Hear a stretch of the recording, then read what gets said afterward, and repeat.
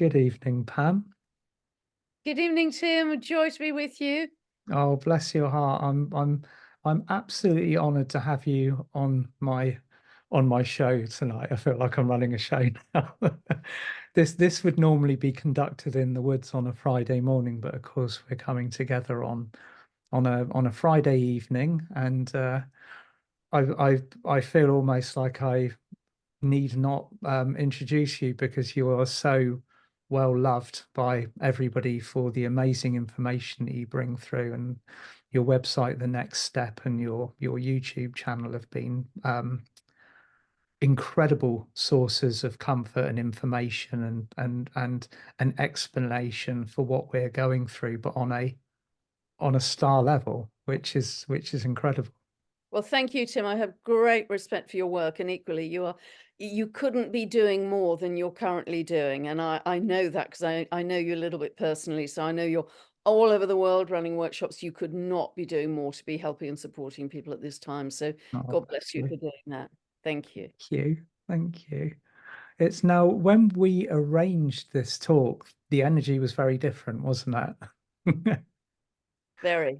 It was very different. I think we were kind of winding our way maybe into January. Now, there's always a little bit of trepidation when we move into January because we know that every single year has just been a barnstormer particularly since the beginning of well, I mean, I always cast my mind back to the cosmic moment, the 21st of December 2012. That was a point of highlighted excitement for me. But just recently, every time we've moved into January, something very significant has occurred to make the year very different from the previous one. But all eyes were on April, and here we are in the middle to the third week of April. What did you see, or what did you foresee coming on the horizon to make this such a special month? Yes, and of course we haven't finished yet, have we? We're No, no. about halfway through. So um, the two big astrological events, if you like, and the energies blend together are, first of all, the total solar eclipse that happened on the 8th of April. The eclipse path fell across the US from the northeast to the southwest. And because there'd been a previous total solar eclipse in August 2017 that fell northwest to southeast, this is forming a kind of crossing point around Texas. So, but with astrology, you always have a layering effect. It isn't just ever one thing.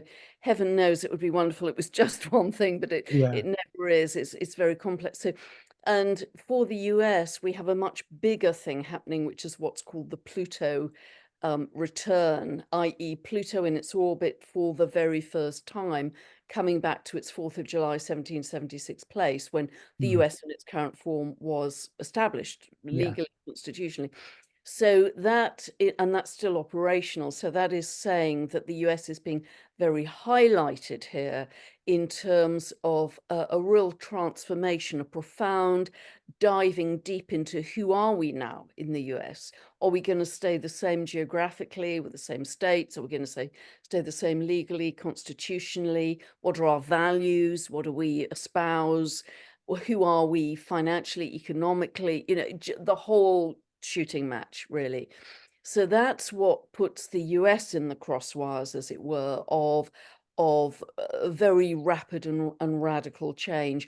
Europe is in the crosswires for different astrological reasons, but those are the two, apart from obviously the wars going on further east as well. yeah. The US and Europe are in for very rapid and radical change. The second big astrological event is what we've got coming up literally this weekend. Tomorrow Someday. for the US and about sort of 2:30 in the morning for the UK, and Yeah, add on the time for Europe. But it is not, and I really want to emphasize that both the total solar eclipse and this Jupiter-Uranus conjunction are not just for one day. The Jupiter-Uranus is the beginning, it's the ignition of about a 14-year cycle that's starting to unfold. The total right. solar eclipse, in traditional astrology, the ancient peoples believed that as many minutes as it lasted, so it was 4 minutes, 28 seconds, so 4.5 minutes, you will have as many years that that total solar eclipse will influence, so another 4.5 years. Oh, okay. So That again, that's just a beautiful nugget of information that I would never have. We don't pick these up when you're kind of just examining the energies of the ascension pathway. That's critical information when you're thinking about this on a structural and a long-term level, what we're going to be experiencing, how we're evolving, how we're transforming what we're going through at the moment. So thank you for that. no, absolutely. So, when the 8th of April came, if nothing dramatic had happened out in the world, people shrug their shoulders and say, well, astrology clearly doesn't work, is it? Yeah, I mean, that's all right, wasn't that? we've got a long way to go. But what I absolutely, it'd be interesting to hear your experience, Tim, what I absolutely felt profoundly myself, and many, many people did, I know, because I put up a very simple social media post about it. I had felt an incredible build of intensity up to that eclipse point. I mean, I'd had a hell of a week actually in one way or Yeah, another, but incredible intensity, push, a lot of things kind of really feeling quite overwhelming. And then right. because at that eclipse, it was exactly to the minute conjunct an asteroid called Chiron. And Chiron is the wounded healer. So it was a lot about healing. So I knew a lot of it was going to be about an internal shift. Okay. And so for many people, myself included, there was a very big internal shift. And when I put up this very simple media post saying, does anybody else, have this Yeah. experience? And hundreds of people said, that's exactly how I felt. And it was a kind of break point in the intensity, but it was also the recognition that there had to be a very big inner shift, a very big inner shift, a change of a state of being from which you are now going to operate going forwards that would change everything. You know what? I think that's exactly what people are experiencing at the moment because you and I both receive a lot of our feedback from the field, don't we? We have our respective information, our sources that come in, but the real litmus test is how are people doing? Yeah, And when you ask that question, yeah. they will tell you. Everybody's very kind of open about how they are nowadays. It didn't used to be like that. We used to kind of like suffer in silence or in our little groups, but we've now had the opportunity to tell the world how we feel and to have other people who are also experiencing exactly the same thing that we're going through. And I know for a fact that there's so many people out there that no longer feel completely alienated by this process. But what we're go what no, I like the way that you had you had the time and the space to kind of honor what was going on just up to the 8th. Myself, I was teaching in Hamburg that weekend. Very beautiful, very powerful, very intense workshop with a lovely group of people. And at the point of the eclipse, I was flying back home, back to London Heathrow. So the actual time of the eclipse or what was occurring at that time, it literally it passed me by. I was just focused on kind of the plane ride home at that point, but I felt the intensity in the group that came to see me in Hamburg. It was real feedback. Even the beautiful souls that had organized it were all feeling this intense pressure, but there hasn't been any foot off the gas since then. And all of a sudden, I've noticed that people are internalizing. It's I'll tell a little story if you don't mind. When I went to Portugal with Diana and we did the monadic merge, and I kind of stood on the stage like a lightning rod and received the Helios coding and kind of staggered away, thinking I'd got away with it until I came home and saw my chiropractor. This huge kind of lump appeared on my right hip where the energies had kind of gone down through my chakra system, my antikrana bridge, completely rearranged my meridians and almost burnt some divine lines out. I mean, I was in a bit of a state. Well, I went back to see the same chiropractor last week, and he went, have you been doing it again? Because you are in exactly the same state, meridian wise, energetically misaligned as you were previously. I said, I actually haven't. I've been teaching, but I haven't been anchoring in that way. And he said, well, that's interesting because I've had other people coming in with exactly the same. So energetically, something has moved through the field with such intensity that we're all just kind of like, right, okay, we need to focus on rearranging our light bodies, our meridians, our chakras. That is such a powerful wave of light that has come through, and it hasn't finished. It's just getting warmed up, clearly. Well, this is another lightning rod. Yeah, another I would lightning rod. literally describe the symbolism as a lightning rod. It's a shattering of old belief systems. It's paradigm shattering, and again, not just on the day. Nothing may happen exactly over this weekend, but it's like an ignition point for quantum leaps in our consciousness. It's not linear. It's not gradual. It's quantum leaps. So they're going to be. Generally, it's regarded to be very, very auspicious because new opportunities come out of the blue, lickety-split, new discoveries, travel, new adventures, new perspectives, that you're seeing the world from a higher perspective, a higher point of view that changes everything in terms of how you saw the world, hence the shattering of old belief system. It's like we're going to be seeing with new eyes going forward. And I think for many people, I mean, some of us feel that, we have a lot of knowledge about what's going on in the world. We're going to be shocked, Richard, too. We're going to see with new eyes, new revelations, truth disclosures, a lot around freedom, a lot around human rights, a lot around civil rights. And we're going to be feeling this kind of urgent need to express our authenticity, our unique essence in a way that we've never done before. I've just got to be me. Oh, I've absolutely. gone along with the crowd. I've obeyed the orders. I've been people pleasing. I've been well behaved in society.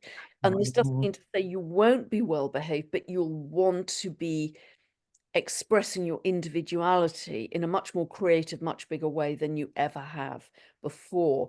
And if you know anything about your own birth chart, see which house area this falls in your chart. I mean, Okay. you can download a free birth chart from my website, because that will give you a context of, is this in your area of career or family or relationship? Mm. Where's this firework of excitement? Where's the torpedo going to land? Absolutely. Where are you going to be ignited? So it's a Mm. lot to do with a feeling of optimism. And I almost want to say, that phrase, in one bound he was free. There's that kind of a feeling, but it isn't quite that easy, because freedom is something we're going to have to fight for to some extent, because it's very linked to revolution, Yeah. rebellion, protest. This conjunction has actually been running already for a couple of months. It's in Mm. Taurus. You can see it in the field. You can see everything going on a it's visceral, isn't it? You cannot turn the TV on or switch Facebook on or even have a casual scroll through social media without some kind of outpouring, some kind of outcry. Um, I'm noticing a real uptick in the control matrix grasping for for the remnants of control, even though it must be flying out the window like an uncaged bird every single day that goes forwards. I'm just going to kind of backtrack just to a little something that you mentioned just now, Pam, which is actually really important. We will be seeing with fresh, clean eyes, with new eyes. About a month ago, I identified the fact that the sixth veil of amnesia has been removed from the third eye. So we're born with seven layers. Okay, and when we were all born into 3D, we had seven layers on our third eye, which prevented us from seeing clearly, from remembering who we truly are, to connecting to our source of power, our memories, our spiritual, the fabric of who we truly are. And one by one, those veils have come away. The fifth occurred during all of the kind of the lockdown shenanigans, but the sixth one has just come away. And the message that from the heavens is, you asked to see, but are you ready to see?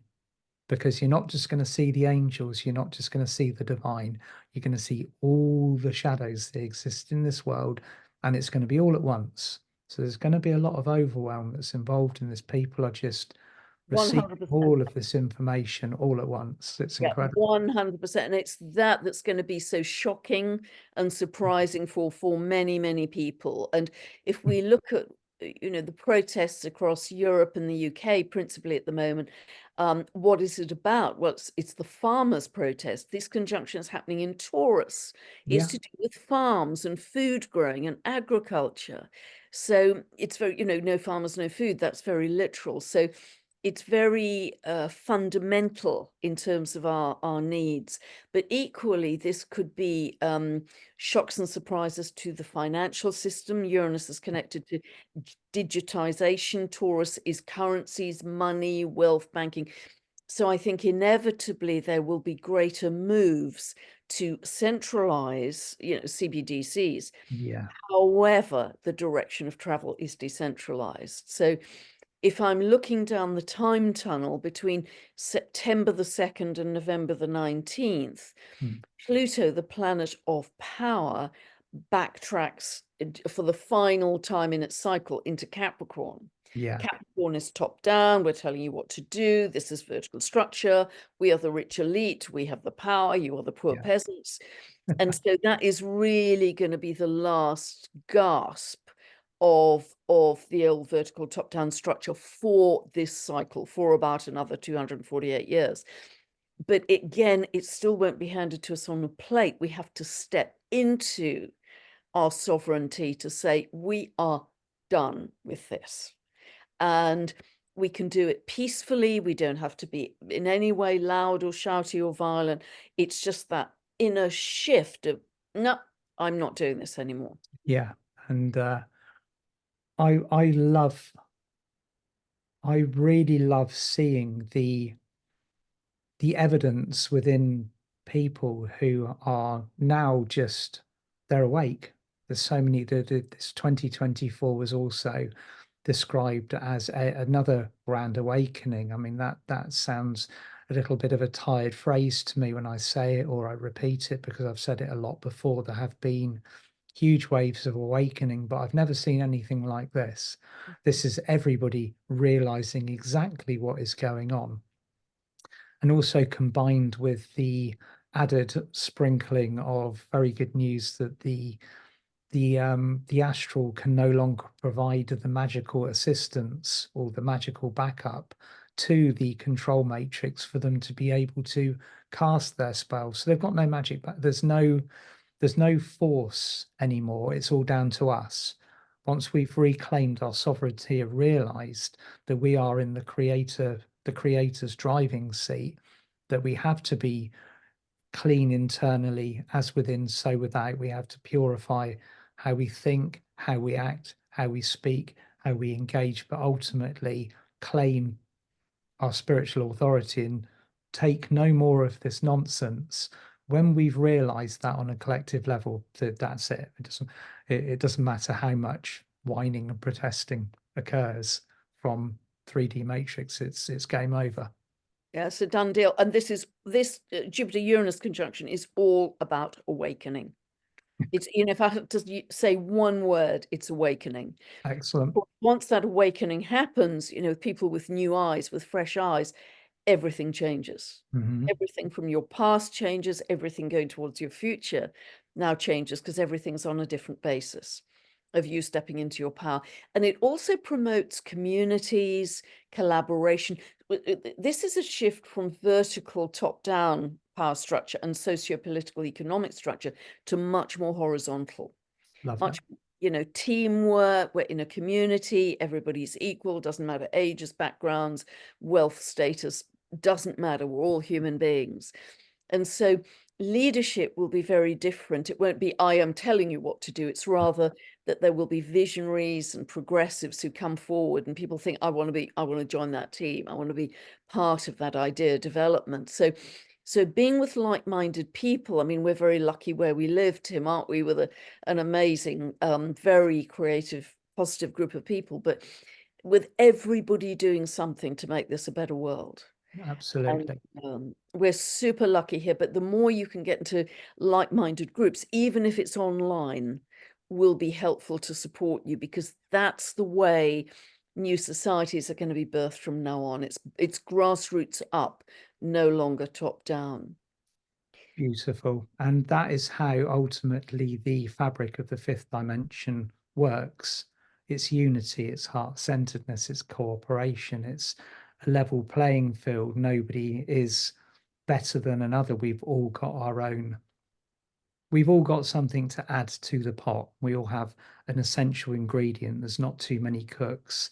Some people I hear going, oh, but I'm afraid of stepping forwards because I feel that I've got nothing to offer, or I've got the same gifts to offer and I'm going to be treading on toes.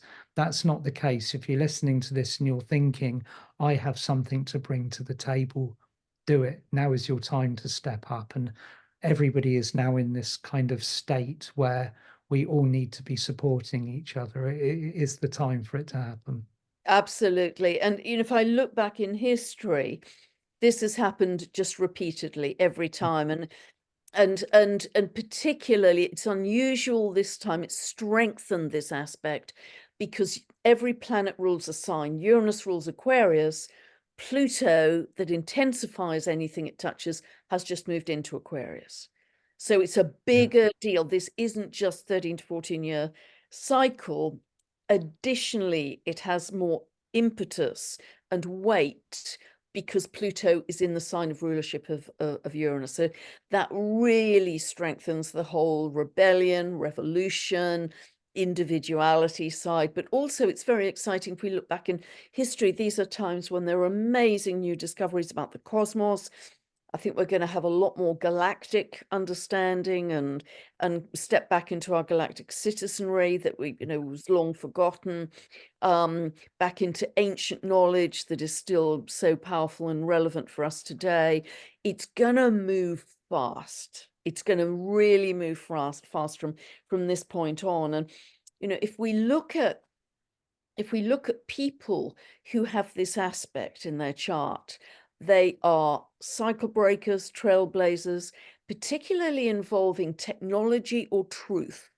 You've Okay. got Steve Jobs has got this conjunction, Tim Berners-Lee, who set up World Wide Web, Edward Snowden, Oh, truth, interesting. Tucker interesting. Carlson.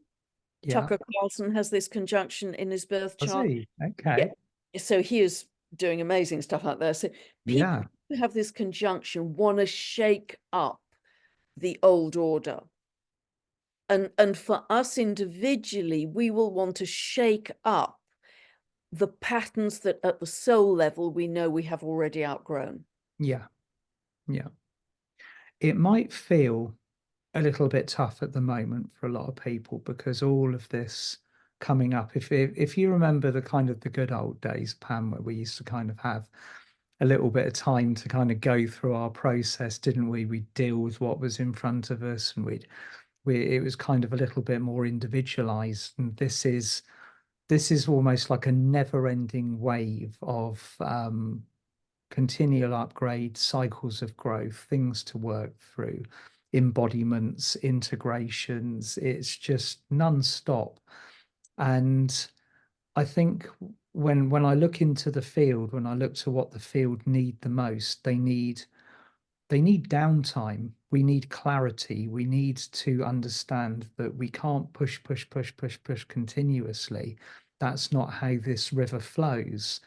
We need to kind of just be as in tune as we possibly can be, being aware of everything that's coming up and prepared to do the work when we have to do the work, but also that we have to understand that we can't do it when we're gassed out, when we're stressed all the time, which is very much a kind of a remnant, a leftover, almost like a PTSD that we have from living in the third dimension for so many years and so many lifetimes, being passed into our DNA. So we automatically think that we have to push to go, go, go all the time. And at the moment, I think the best way to deal with what we're dealing with is to be as authentic as we possibly can, to listen to who and what our body is telling us to do, and be understanding of the fact that the cosmos isn't here to nuke us from orbit, basically. It's here to actually provide us with the template that we need to move forwards, which is sometimes that can be a little bit difficult to understand. Hear people bracing for impact. Oh my God, it's another retrograde, sort of thing. But in actual fact, we were just discussing, like, you and I were both born in a Mercury retrograde, weren't we? Well, it hasn't held us up, has it? Not We're at all, quite well no. on the communication front. I've So I've joked in workshops before that it's the only 9 weeks of the year that my brain actually works properly. that's right. Yes, I love those because I can dive deep. Because often people born with Mercury retrograde or going through the phase of Mercury retrograde, it makes you go inwards. It Oh makes you yeah, more introspective. It makes you dive deep. So I really welcome them. But it's interesting the point you've just made, Tim, and that's well worth sort of expanding on because at one level, our world from this month is going to start to go even faster, yeah, particularly with things like AI, which is what Jupiter Uranus is also about, the acceleration of AI. And I heard today there was another big jump happening with AI and social media that, we right. weren't even aware of. However, because this is happening in Taurus, Taurus is, if anything, the slowest, steadiest sign in the zodiac. Yeah, This is connecting to the earth, sort of just blending into the natural rhythms of the earth, everything being very simple as opposed to complex, bare feet on the grass, listening to the birds, planting your seeds by the phases of the moon, like grandma did. yeah. It is organic, natural, simple, still, and slow. So these aren't easy bedfellows because one Mm. aspect of the astrology is going lickety split, which is very exciting and upgrading us. And it's a lot to do with the light, the quality of light that's coming in for us that's very exciting. We want to kind of grab, and embody all that new quality of light that's coming in for us. But we must anchor. We Oh, must anchor, we drop must. into stillness, bare feet on the grass, watch your breath, listen to your heartbeat, because otherwise we can spin and we can scatter our power. We can. It's that out of all of the spiritual advice that you could receive or give someone at the moment, that is by far the most important. To be grounded, to have your feet on the ground, to actually, not just metaphorically, but to actually have your feet on the ground, to go out, to make that connection, to feel Mother Earth, to consciously bond and blend with her. It sounds a little bit like a cliche when someone says, I'm feeling crap, we'll go out and ground. Then you're like, oh, isn't there something more cool that I can do? No, you go outside and you put your feet on the grass, you hug a tree, or you sit with your back to the tree and breathe. This is why I'm so called all the time to go out in nature. A lot of the time when I've done my Friday updates, I've been kind of staggering into the woods and I've got no idea what I'm going to talk about. And I'll sit down by my Merlin tree, put my hand upon it and say, well, what's the score then? And all of a sudden it will come in because that's where the ideas flow from. It's within the field of the earth and what the earth is receiving, what we're receiving. And until we actually step into that natural state, everything's being kind of powered by the field of, and you've mentioned it, it's a very artificial field. It's out of alignment with our soul essence at the moment. So we've got to be quite decisive about taking these steps. Yes, 100%, because it can feel very exciting. Hmm. All kinds of new ideas are going to come in. I think they're going to be new forms of social media and new discoveries, new truths, new revelations. And it's going to be exciting and it's going to be colorful and it's going to be Oh, dramatic. But keep mhm. bringing yourself back, bare feet on the ground. Absolutely. Listen to your heartbeat, listen to your breath, listen to the birds. Simple, simple stuff that anybody can do. Um, People have got access even to a local park if you're not in a rural area, but that is absolutely foundational in keeping your psyche in good order, I think, because it can be so fast. Something you said to me just before we jumped into recording, which I think is so important, Pam, is the fact that a lot of people get very hung up on predictions, don't they? They think that a prediction or an astro or the shape of the heavens is an absolute. You've got something to say about this, which I think is it's groundbreaking, basically. Oh, bless you. Well, I've said it for years, really, because I really want to help people get beyond victim consciousness with astrology. We Yeah, give away our power to the planets because people still think to a large extent, what are the planets doing to me? My days are defined by the planets. Well, no, yeah, they're not.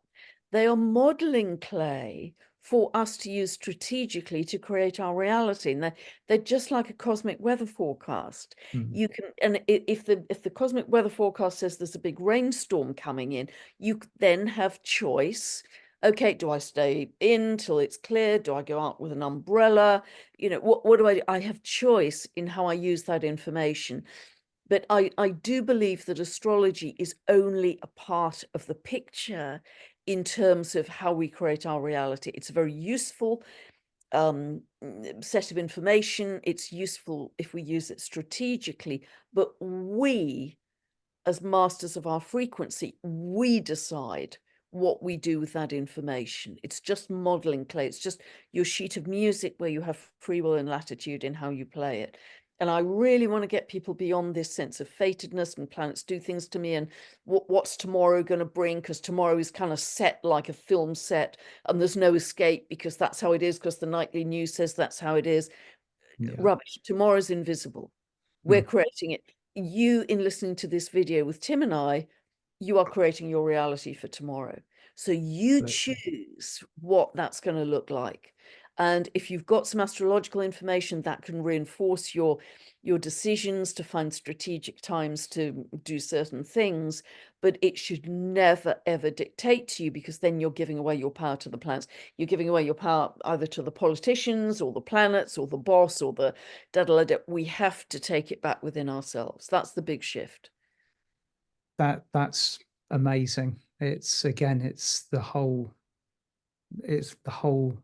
service with sovereignty and empowerment to be completely in charge of our own process. And this isn't kind of knocking anybody, but there is a lot of victim consciousness within the spiritual field.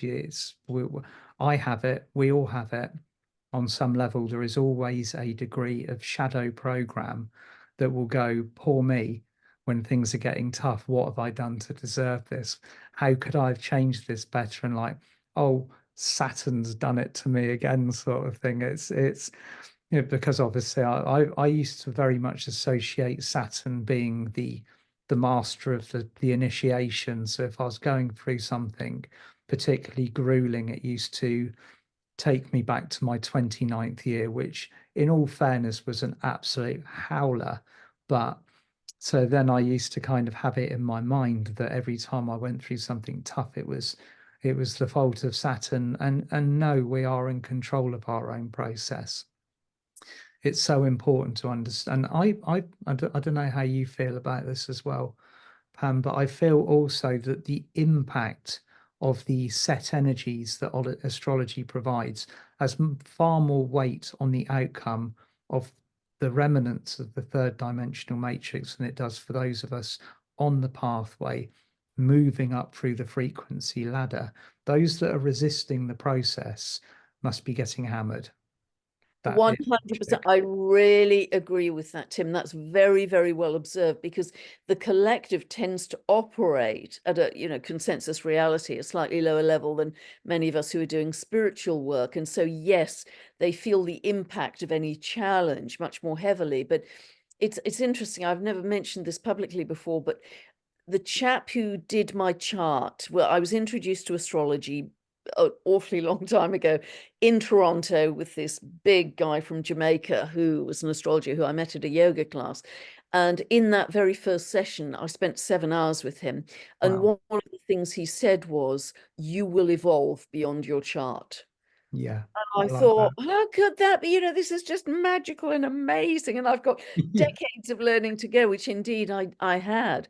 yeah, But that's now coming back to me, that I'm noticing with people who are very much on a spiritual path, they just kind of cruise through, and things that were challenging previously for them when they hadn't done quite as much inner work, perhaps, there's a bubble wrapping effect now. There's an insulation effect, because ultimately we even have sovereignty beyond our charts, and that seems a completely heretical thing to say for an astrologer. Mm. But thank you for bringing it up, because yes, I do feel that. Yeah, oh, brilliant. It's the form. This is what I love about what you do, Pam. You mix the unpredictableness and like none of us know or did know where this is going on an ascension level. Astrology, you can anchor yourself into that and you can throw yourself into it wholeheartedly, but you've taken everything that's good about working the heavens and mixing it into our actual physical experience on this planet, which is wonderful. And of course, we're evolving in ways that we never could have possibly have predicted. And we still, the most exciting part isn't here yet. We're kind of creating that as we speak. So Beautiful, thank you. And it's I mean, 2024, I think, is the biggest year of change. I don't know how you feel, Tim. I think it's the yeah, biggest year of intensity of change, of the collapse of the old, at the same time, the birth of the new. I think we'll see more green shoots next year, more birth of the new, but this is the real kind of clincher, the crucible of change. Do you feel that I really energetically? do feel that. I've said this to people on quite a few occasions. Hang in there. You'll never experience a period of time like this on this planet again. What we're going through right now is utterly unique. It's not going to last forever. Okay, we're not going to be under the cosh like we are forever. It's only happening at the moment. Yeah, I would agree with that 100%.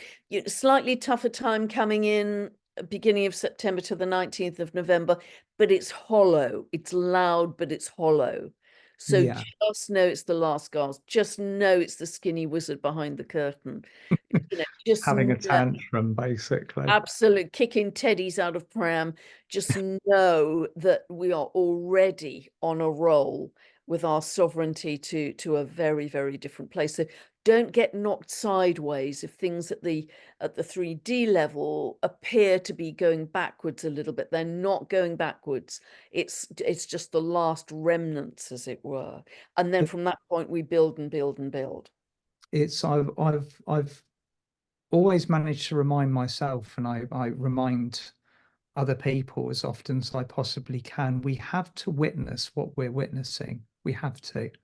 And if we don't witness the difficult stuff, the shadows, everything that's being revealed now, there will be a whole field of people out there that remain comfortably asleep because they've had nothing to shake them out of that controlled reality. So it has to be this way. And it's a play, it's a show. It's a show to wake the people up that are still I mean, if you think about what 10,000 years of living in the third dimension has done, it was incredibly successful in its ability to hide our connection, to convince us that we're limited, to live in this illusion, this school of the third dimension. And it's just taking more time to shake people awake. And it has to be done in steps. And the next step is more, the next step is more people waking up this year. It's going to be an incredible wave. So, um, did I ever tell you the story about the supercomputer? It might even have been you that told me the story. I Yeah. read it somewhere, and I don't know whether it's fiction. I don't think it is. Apparently, in the 1950s and the 1960s, there used to be this highly advanced technology that the US state military used to have their hands on. And they used to use it to formulate or pre-formulate the control that they were going to exercise. So they'd punch in a load of scenarios into this computer, and the computer would tell them what the end result of those actions would be. So they'd pick the best one. And lo and behold, all the way through 3D, it was flawless. Everybody was just within this illusion. And then they got to a stage where they'd punch in a date in the future. And that date was the winter solstice of 2021, just before stepping into 2022. And all of a sudden, this computer is no longer giving them the result that they want. Okay, they've managed to control everything up to that point, but after that point, all of the energies went through a toothpaste tube, and on the other side of it, regardless of whatever was put into the computer, global awakening, enlightenment, full wake up, humanity goes through what we're going through at the moment. And of course, so I don't know what happened to this computer. I imagine it got dropped down a very deep well or something like that once it stopped giving them this information. But the date was very specific, and this computer was very, very specific. It's like, it doesn't matter what you do after this date, the world will wake up, and here we are. Yeah. And this is a big, big aspect of awakening. Yeah, You know, as I said, if I had to absolutely. use one word, it would be awakening. So, and again, it won't necessarily happen this weekend. It's the beginning of a whole cyclical process of awakening. But you know, it will change many things. It will change many things in a very exciting way. I think, particularly for those who've done some spiritual work. Exciting times, Pam. Definitely. It's been such an honor to have you on tonight. I've been really excited about talking to you, No, it's been an about absolute talking to you this joy. evening. You have such sensitivity in seeing the energy, Tim, and you know, I've got a language which I learned like a language in a very kind of correct grammar way, and you put the two together, and you know, it's beautiful that we have that synchronicity. So thank you so much. I've really enjoyed sharing with you Oh, bless tonight. your heart. Have you got anything coming up that you'd like to tell anybody about, or Sleep would be good. sleep? Yeah, Sleep would be really good. Now I've got lots of interviews and things coming up, and just going to roll with those. I'm really trying to focus on the video side of it at the moment, because I feel that those are the most helpful things. If I do regular updates, they seem to help people more than anything, because it's going to be such an intense year of change. But remember, simple, bare feet on the grass, watch your breath, listen to your heart, do that anchoring. That's the most important thing. perfect. Well, thank you for everything that you do. It's amazing. Lots of love, Tim. Great to share with you. Lots of And love. Have you, a wonderful Pam. weekend, everybody. Lots of love to you all. Bye. Lots of Bye. love. Talk to you soon. Bye.